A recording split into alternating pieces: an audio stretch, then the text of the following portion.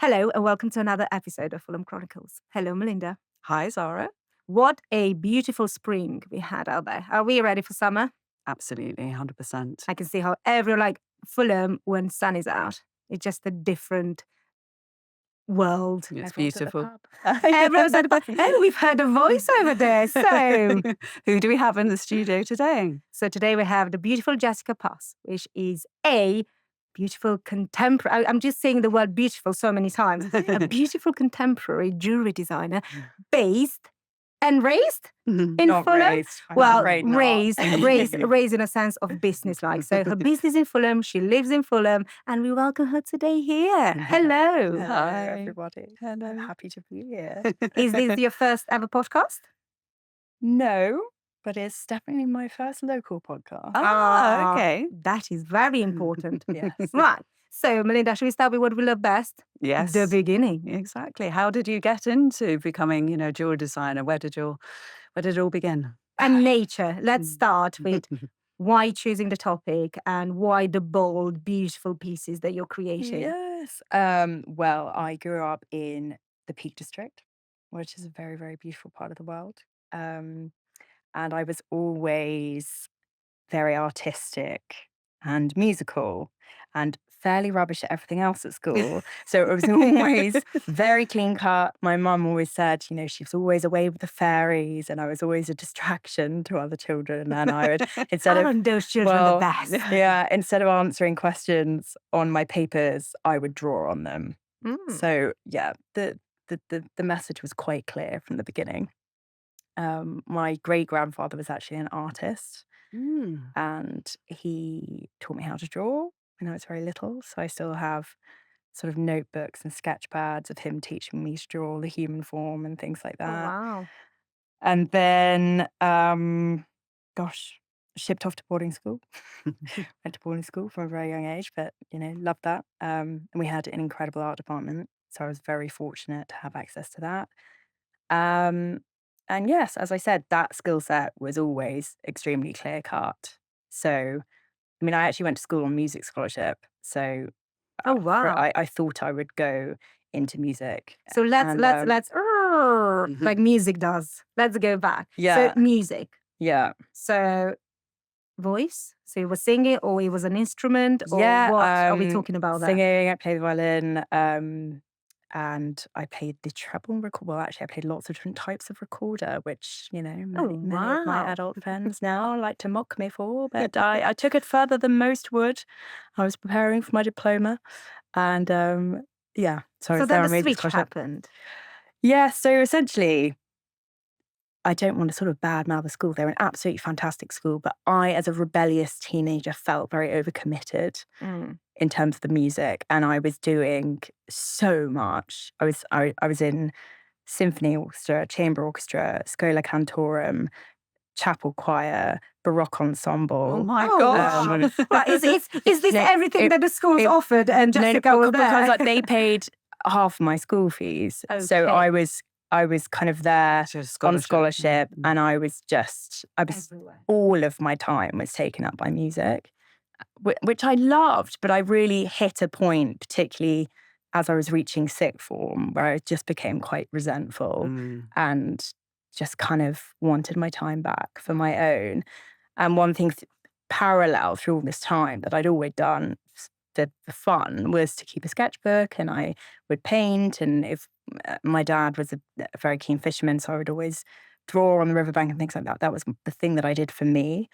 And then it hit sixth form, and much to my mum's horror, I kind of said, no, I'm done with it now. I'm not doing this anymore. I don't want to go to a music conservatoire, and I don't want to do this anymore. And, everyone was very upset because obviously a lot of time, energy and money Had been put into it, into me trading up in that sense. And then I kind of abandoned ship. So I hadn't done art at A-level, GCSE. And then I hit A-level, and the school had sort of absolutely no awareness that I could draw at all. So I had to put together a sketchbook. Secret. You had to almost I love I had that. to prove to them that I could do it. So I did A-level art. Okay. I got an A-star. As I am now, when I get onto a project, I was completely consumed by it. And I did lots of bird studies, and I did sort of etchings and prints, and I still have the etching plates now, where you basically draw directly into a metal plate. So it's quite bold mark making that you can't take back.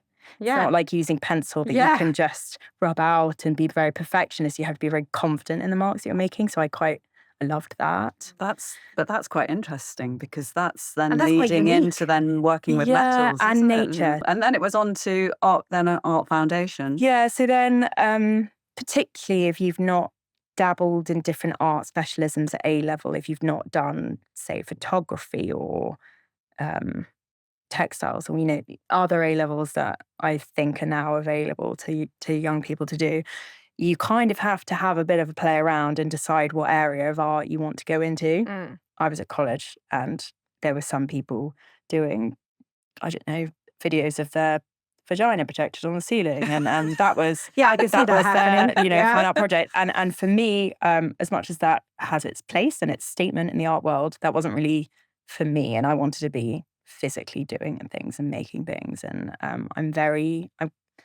maybe it's because of my traditional upbringing, but I'm more of a hands-on skill learner. That's what I wanted to be pursuing, and I kind of had to figure out where I fitted into what art is now. I love that. And So, that's what the art foundation course lets you do. yeah. doesn't So it? I then went on to Oxford Bricks University, and I did an art foundation year there for a year. And over that time, it was, interesting. So my tutor, Helen Slater, was a Royal College of Art alumni herself, and was a glass sculptor. And she worked in this really sweet little tiny barn complex outside of Oxford. And that's where her studio was. And opposite her was a jeweller called Nerissa Parker. And quite early on in dabbling with things on this foundation course, Helen kind of said, I just have a feeling, Nerissa's starting to run some jewellery classes. I think you might kind of like it. Why don't you go along, see how you feel about it? And I did, and I was like, well, this is it. Did you know immediately? This is it. Well, Yeah. the fact that I could bash metal and make tiny hinges, and I don't know why, but I can see your personality and being nothing but a jeweler. I don't know when you can. It's a very well. Even now, I still dabble in so many different specialisms, to be honest. But I'll get onto that later. But the fact that I could make physical, wearable art that had a function, that was quite key for me, and it could be saleable. So I was thinking future, how am I going to earn a living out of this? Yeah. I'm not going to dedicate all of this training to come out the other side with quite a sort of broad, slightly wafty definition of what I am in the industry. I needed to just have a physical thing that I could do.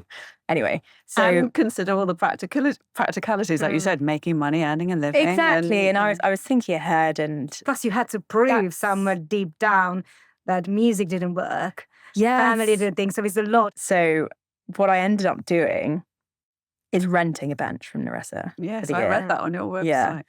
So I kind of said, I just want to be here smashing metal and making tiny hinges all day. How do you feel about that? And she has her lovely studio that I'm sure she was used to using on her own, and there was me like, can I just come and watch everything that you do all day, please? Follow you around like a shadow. I won't say anything, I'll just be there all the time. And Watching your every move. amazingly, she let me do that. So I got on this, the little sort of milk float trains, we call them, the tiny trains that stop at every single village in the world that take ages. I got on one of those outside of Oxford every single day. And I'm a very isolated worker. When I'm in the zone, I don't like to talk to people. I don't like to be disturbed. I don't like my train of thought to be cut.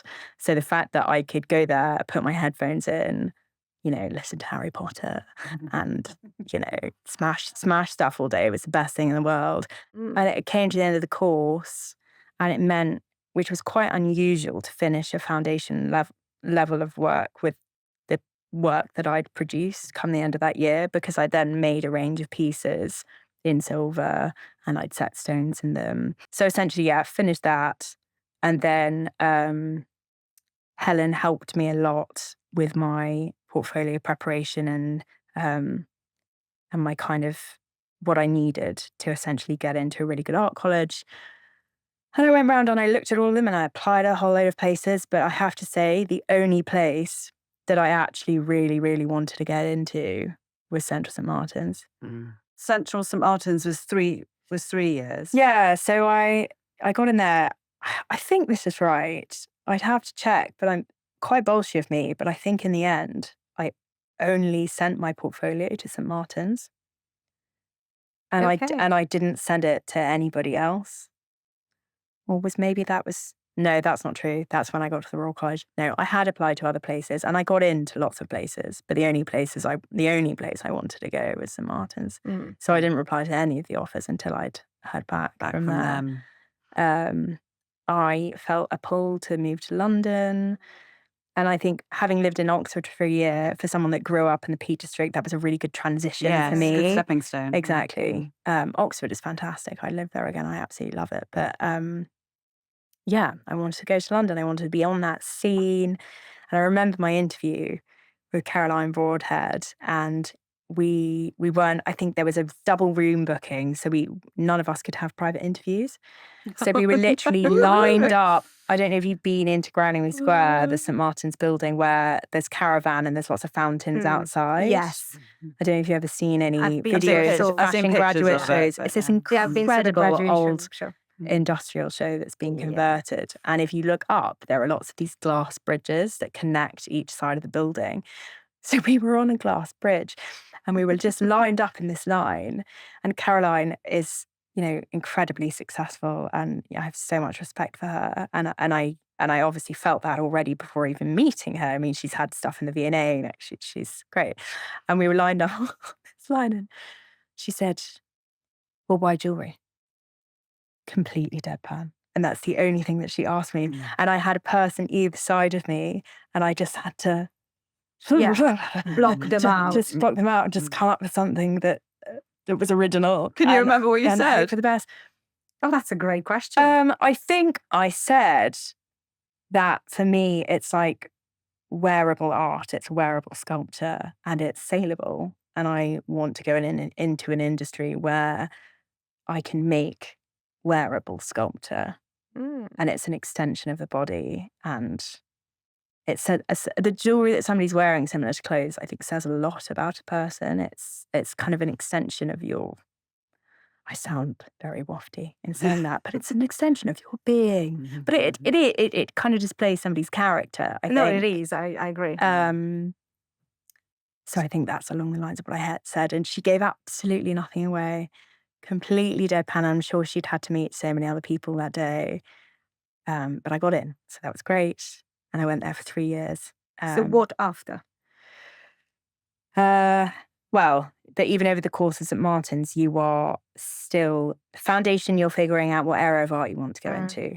St Martin's 3-year degree, you're finding out what area of jewellery you want to go into. Yeah. So the filters being. Yeah. Exactly. And then from there, I went to the Royal College and did a master's. And at that point, I think my mum was kind of sighing, going, "Oh, really? You want to do another degree? Yeah, it's time to get a job. You need to get a job. When you're going to start earning, you need to get a job."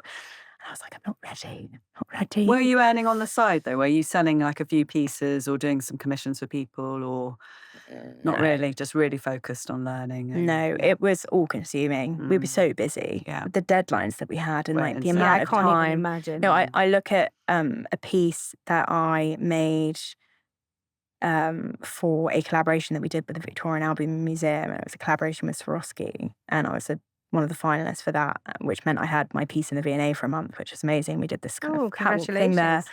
Thank you. Long time ago now. But I look at that. I made that in 2 weeks. I do want to know how many nights and 3 a.m.s has It's two weeks been. insane. You've got a good And bear track in mind, record. I was in student accommodation at the time, and I look back and it's a marvel that anyone that I live with still talks to me, because the amount of crazy projects we did where I was sort of boiling bones on the hob and I set fire to the kitchen, or I was trying to make leather out of fish skin for our leather project, and I was literally I went to the market at 3 o'clock in the morning, and I was literally drying fish skin on our radiator. That's housemate. I mean, honestly, why they're still friends with me now all these years later, like, a few of them had a baby, and it's all, we have these great meetups kind of every 6 months. Do you remember when Jessica was drying fish skin on the radiator? I literally set fire to the kitchen. Did you actually? No, fully set fire to the kitchen because I was making, we had a project on sustainability, and I was trying to basically research into poultry wastage. So I made this piece out of chicken bones, which, believe it or not, was actually quite beautiful. I boiled and bleached them and stitched them all together in this sort of geometric, sort of moving string-like structure that went all the way down the spine and around the neck. Look at her. It was about gold. It's gold. But in the process, I did set fire to the kitchen. And you should have said that. It was called 53 Chickens because it took me 53 chicken carcasses. Wow. And I did lots of research into, anyway. But you gave all of your, flatmates and housemates a thing to remember. Oh, yeah, definitely. So from there, I went to the Royal College of Art for 2 years, which, again, as we talked about the filter, I then I moved mainly into metalwork. So that's when I really refined who I am as a maker, I think. Spent 2 years doing that. Finished off with my curios collection, which was all based on cabinet of curiosities and the Egyptian revival period and their obsession with opening trinkets and poison rings and these pomanders which they'd wear around their necks to sort of ward off, mainly to disguise the smell on the streets, because they'd put smells in the compartments and they open up like a Terry's chocolate orange. But so things like that, and then obviously linked to all of the Beatles, which stems that we've seen some that pieces, links into cabinets of curiosities and all the Beautiful. curios and the sort of weird and wonderful things that they would put into these curios cabinets.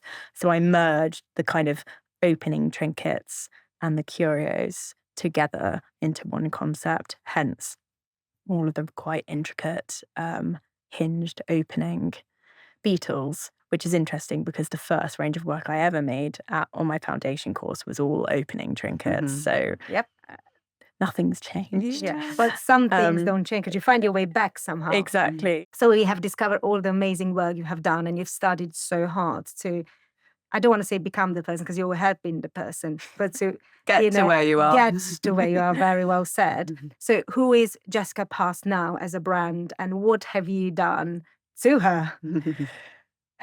Well, I'm now based in Fulham, where I live, which is fantastic because it means I can beaver away in my little studio with a dog at my feet.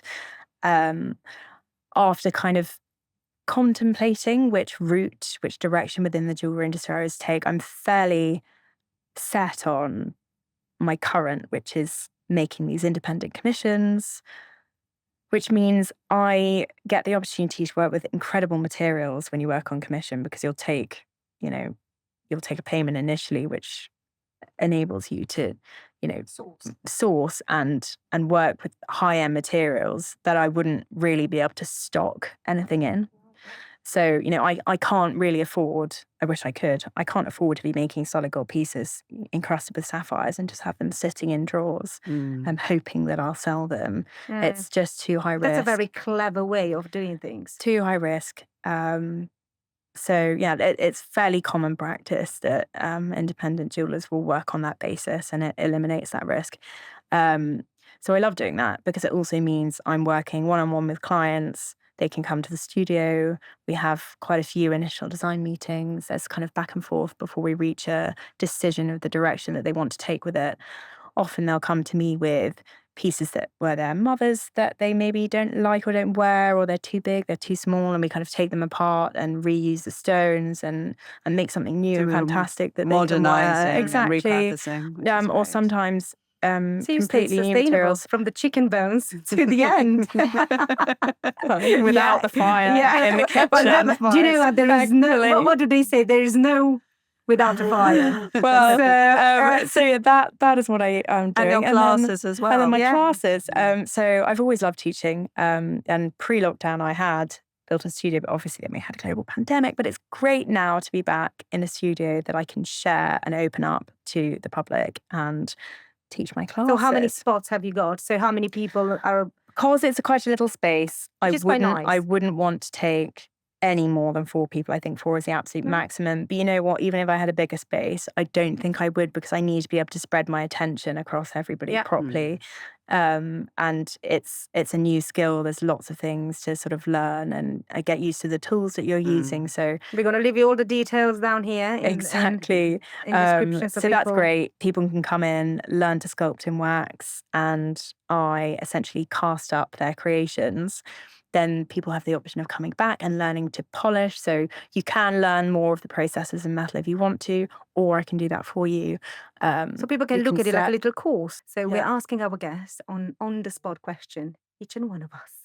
Okay. Do you want to go first, or do you want me to go first? Or I'm happy to go first. Yeah. I've seen your beautiful dragonfly cocktail ring, which is Yes. absolutely stunning. With the hinged tail. Yeah, so gorgeous. And you've got so many beautiful pieces. But is there one piece, like, I don't know, everyone has a favourite artist as a jeweller. favorite child? Is there a piece or of maybe somebody else's work or something even way back, that you've seen, I don't know, in the British Museum in Yeah. Egyptian times, that you think, oh my gosh, that to me is what a beautiful item. and what a piece of jewellery. Definitely. I would say that René Lalique, his work in making essentially otherworldly creatures, I would Oh, say, wow. where they've got these sort of incredible plique-à-jour wings, which is an enameling technique where the wings look lifelike, and you've cut all the little holes in the metal and filled that with enamel glass. Oh, In kind of wow. sort of ombre hues of blues and green. And then the centre body is a woman. So it's this sort of dragonfly, nymph-looking sort of Oh, wow. creature. And it's just, the skill involved in making it is absolutely unreal. Incredible, mind blown. So I would say, I just yes. say that. We need to Big look him admirer. up. I know. Yeah, well now, Mhm. we know what's that all Another about. era, unfortunately, Oh. but incredible work. Wow. Right, so my question. So we now know that you've loved music and everything. Yes. What's your favorite artist or band or anything that you're listening to at the moment when you're alone in a studio and it's just Jessica on her own creating, and You know, it can still be Harry Potter, but Maybe- I'll take that for an answer too. bizarrely, if I'm working, I listen to the same thing on loop. Oh, wow. I listen to the same piece of music on repeat. All right, can we know? Can you be Or like it doesn't matter what it boom, is. No, it's usually something nature? like classical piano or something that's just quiet and there in the background, but it's repetitive. And maybe because I like to work alone, and I think I get into almost a bit of a trance-like state. And I love Can you my imagine? partner Will is actually, he's got his key to the studio, and he often has to come over if I get too in the zone. He's like, "Come on, little buddy, have you had any lunch? Tow you away. I think it's time to stop for a little bit." And we're kind of like, You need to "Okay, eat." crazy lady, call me Yeah. crazy lady." And it's like, bring me a sandwich. Can you imagine Um, hearing this beautiful classical Mozart or Beethoven or whatever, and then you just go doog doog doog. Yeah, I know, I do. I just all all polishing, and I just kind of, Oh, love it. and I just don't. You should take a um, video of you from the beginning. maybe. Like, take us with you on a day of Me Jessica being a Pass's crazy work. lady, crazy at its worst. Yeah, well, you can see Yeah. it first and then Well, share what you want to share. I don't like to stop until something's done. Yes. So Mhm. Jeweler on We a know mission. the Yeah. feeling. Well, thank you so much, Jessica, for Yeah, no, coming in. thank you Really, so much. really Thank you. enjoyed meeting you. We could have kept you here for another hour or so. So just, Rambling away. yeah. Not But it's at just all. because we're all started. women here and we love jewellery. It's and not everything. often that you're in a situation where people indulge your creative past stories. Oh, no. But here we no. are. Yeah. It's No, we absolutely wonderful. loved having you today. And, Thanks. you know, hopefully we can share with the world, you know, another time, another event, Another anything. chapter. We'll Yeah, come to another the studio. chapter. We'd You're love to welcome. do that. Yeah, we Whenever. should do Come that. have a cup of tea. We should definitely do that. We'll Thanks. see. Maybe we should come for one of your classes. Yeah, come. Yeah. Yeah, that sounds like a plan. Yeah. So before we go, thanks again for coming in, Jessica. Thank you. And a huge thank you to VOXPOD Studio for hosting us here today in the heart of Fulham, and also to our sponsors. Yeah. So I must say thank you before I go off to Google. Was it Renalalique? Yes, So a huge thank you to Fulham SC Foundation for sponsoring our podcast. We really appreciate their support. Thank you Thank so much, Jessica. Thank you. Thank you.